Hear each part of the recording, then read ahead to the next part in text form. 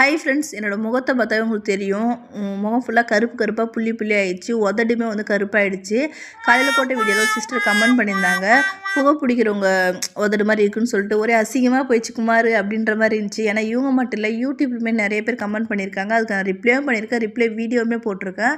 இருந்தாலும் மறுபடியும் உங்ககிட்ட ஷேர் பண்ணிக்கிறேன். நான் ஊரில் இருக்கும்போது கருப்பாக தான் பருப்பேன். அங்கே வந்து கருப்பாக இருந்தாலுமே முகத்தில் ஒரு சின்ன ஒரு பிம்பிள்ஸ் கூட எதுவுமே வராது. ஆனால் இங்கே வந்து கொஞ்சம் நெயிலே இருக்கிறேன்னா கொஞ்சம் கலராகிட்டேன். இதில் என்னென்னா முகத்தில் ஒரு சின்ன ஒரு புள்ளி வந்தாலுமே அப்படியே அசிங்கமாக தெரியும். இதில் முகம் ஃபுல்லாக அப்படி ஆனால் தெரியாமல் என்ன பண்ணும், இதுக்கு என்ன ரீசன் அப்படின்னா, எனக்கு இடையில் கொஞ்ச நாளுக்கு முன்னாடி ரொம்ப வயிறு வலி சொல்லிட்டு ஹாஸ்பிட்டலுக்கு போனேன்.